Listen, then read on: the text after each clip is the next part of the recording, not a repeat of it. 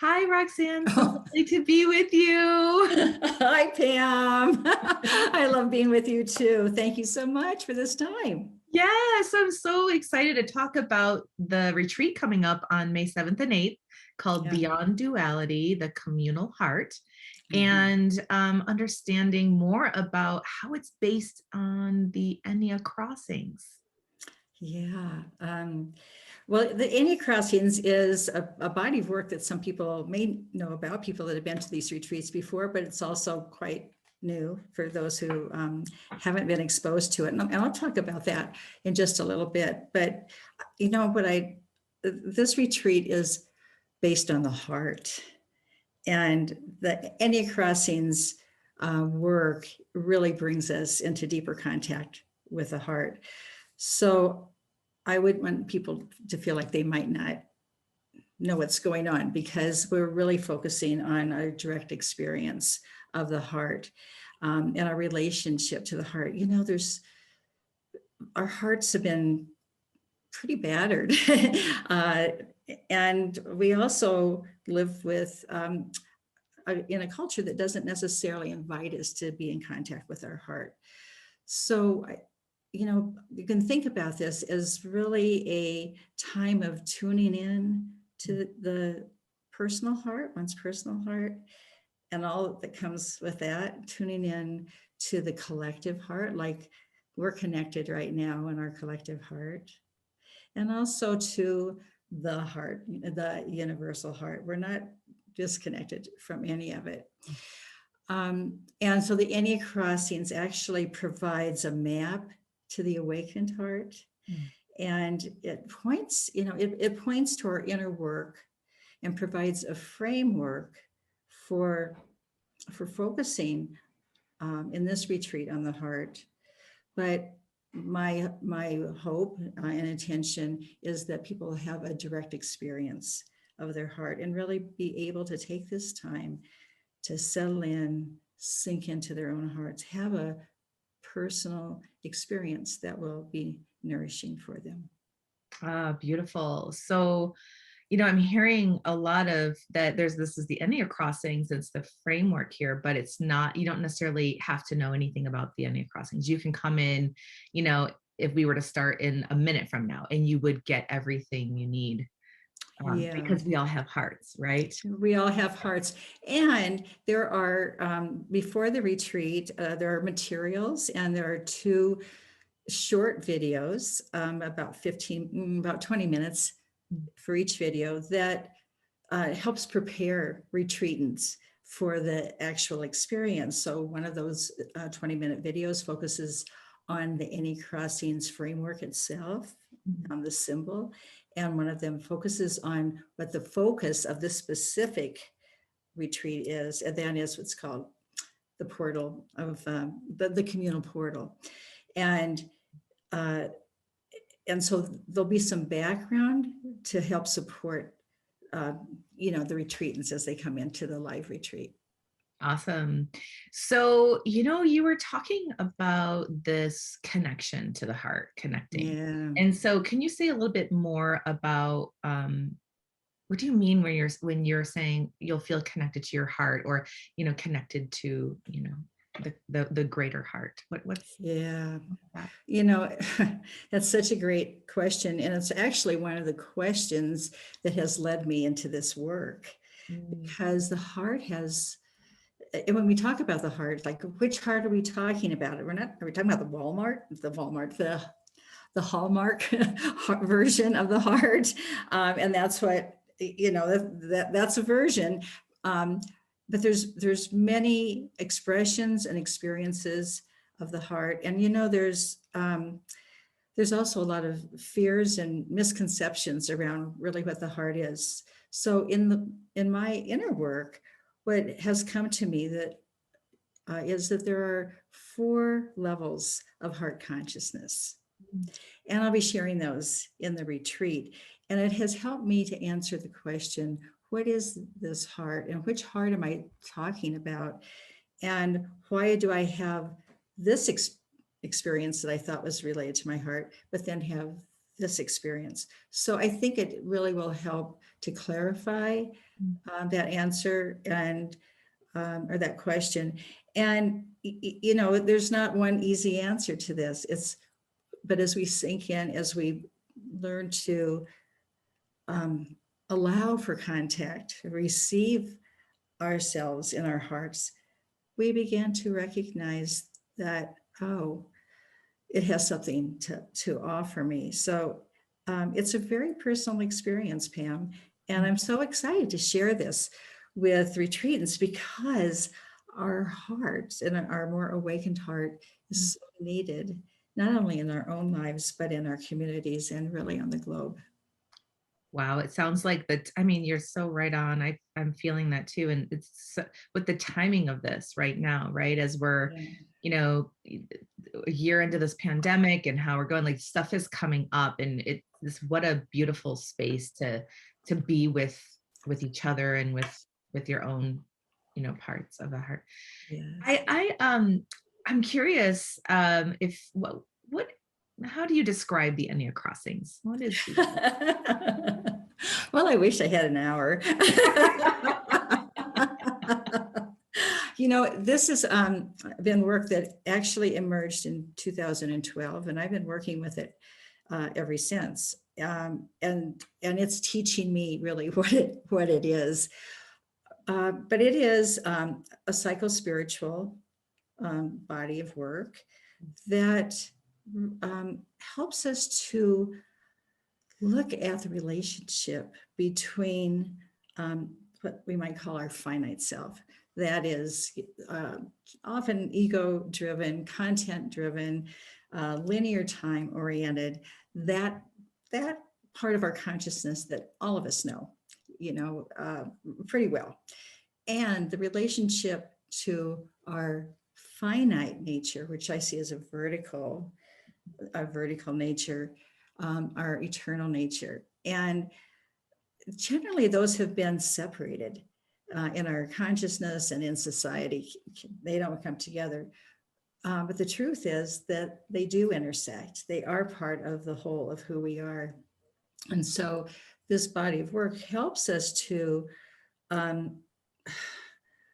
be with both, embrace both, and work with that reconciliation. How do we reconcile these two aspects of ourselves? I think this is some of the biggest work that we humans have. And it's really one that I think a lot of people who are spiritual seekers ask themselves.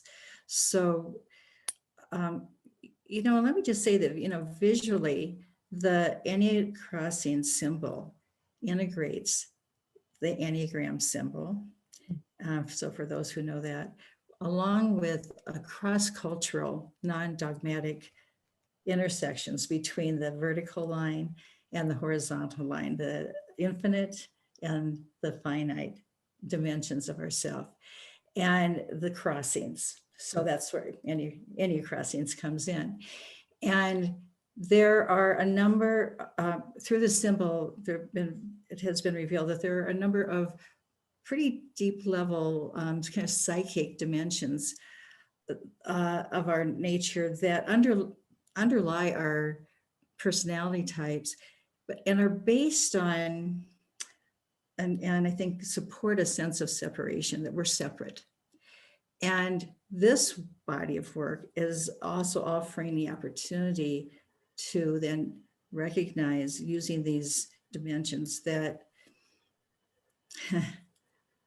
we're not separate. So basically, this is a body of work about our interconnected nature, our inherent interconnected nature. I didn't know that, Pam, when this work stumbled into my life. I didn't know that. And it's become more and more evident that that's really what the primary teaching is. Wow, what an incredible, just so many truths that you're talking about. It's my own experience right now is just noticing how I'm, as a spiritual seeker, seeking my whole life, is that there's something here, right? There's something that's drawing me toward these truths that you're talking about. we are all one, we're interconnected, and to find that and have experience of that. Well, that's such a thank you. My heart is like, oh, loving hearing this from you. Um, I've read lots of books, and a lot of teachings around interconnectedness and oneness. And I've wondered, well, is it something beyond an idea, something beyond a concept? Because I think that's where it lives for an awful lot of people, is like it's a concept, it's a belief or a doubt. Does it really exist, or is this all, ballyhoo? And so this work, I think the reason it's important is that it helps take the truth of our inherent interconnectedness from that place of concept in our head, an idea, a map, to a lived experience. So an inner knowing. And that becomes then a basis for how we live, how we work, how we relate, how we contribute in life. Like why are we here? Why are we here? So that's why I'm so in love with this work, because it really does provide us, I feel, inroads into a direct experience. Yes. And that's that whole time when you were describing them, like that's what you were talking about at the beginning, right? This retreat, it allows for that direct experience for the body. And I love also how you keep referring to this body of work.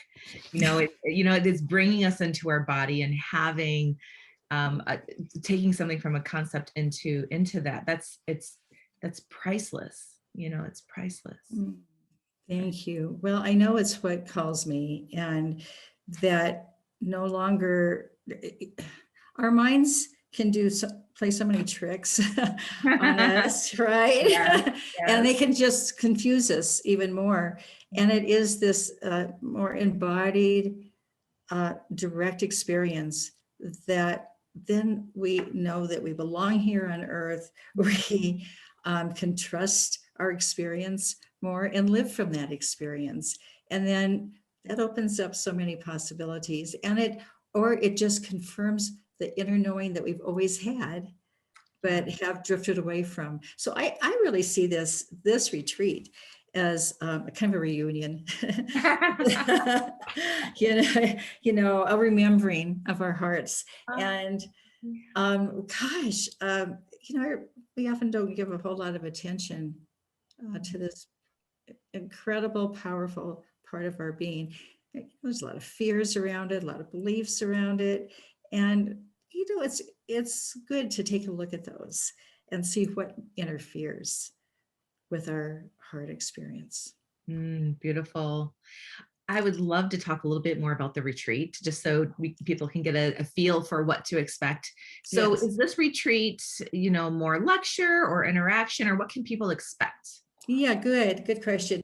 There's actually, this is like over 26 hours. So we are live part of the time together in the collective of retreatants, and part of the time is personal, private retreat time.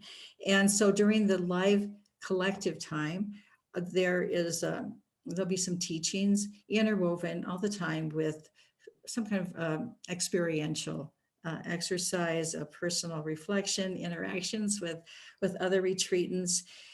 And then between those live sessions, there will be opportunities for some readings and also some integrative practices that take what we've been talking about into, okay, let me practice this. What's interesting, let me just say this about this kind of a virtual retreat. It does give us the opportunity to integrate our spiritual work with our lived experience in our homes or wherever we might find ourselves, a hotel room, if that's where we might be. So it is meant to integrate both the inner and how I am then when I'm living. So Yeah. does that answer that question? Yeah, absolutely. And the piece that I love about it, like I'm a mom and a wife and, like I've got all these things going on. And it's like, really, it's I constantly have the question, how do I bring my spirituality into the modern world? Right. As much as I'd love to tuck away and do some, right. But this really gives it, it's both it's Yes. both and that's the piece I love. I love. Yeah. Thank you. Yeah. So I know that you've been doing these retreats annually. Yeah, I know. And I know that you've been doing some Enneagram Crossings work, along the way. I'm curious how people may be looking at this and, people that may have attended virtually the year before or attended live other years.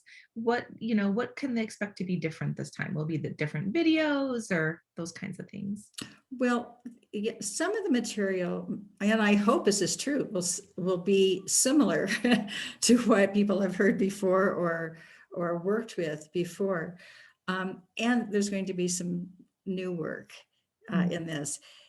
What I find is that when there is material coming from, I think, a place of a deeper source, that we can always learn. We always have the opportunity to grow, even if it was exactly the very same retreat, which this is not. And part of this is that we also change. So I've changed since the last time that I've taught this retreat, and it's not this retreat, but a similar retreat. I've changed, and some more is coming through me at this time. So I don't think that there will be a sense of boredom, like, oh, I already know this. Yeah. I think every time we touch into it and work with it, something else happens for us. Something else opens. So as we change, we're receiving the material differently as well. Oh, beautifully said. I love that. Wow. Thank you, Roxanne. I'm so excited to be there. May 7th. I'm going to totally be there. I think we start at 4 o'clock, right? I believe Mount Pacific time. Oh, yes. That's right. I got my California hat on. Yeah, exactly. Yeah. So Pacific time. That's right. And before there's some preliminary work before where one of our colleagues is coming in and doing a embodiment grounding before the official retreat starts, and there'll be some logistics, of course. So it's going to be, I think, a full time. It'll be fulfilling and nourishing to our hearts. I'm looking forward to it. Thank you, Roxanne, for just coming on with me today, talking with us about this. I'm so excited about this. I'm excited too, Pam, and thank you so much for having me and for asking. I'm delighted. So look forward to seeing you on Friday. Yes. Afternoon. Awesome. Okay. Thanks, Roxanne. Oh. Bye.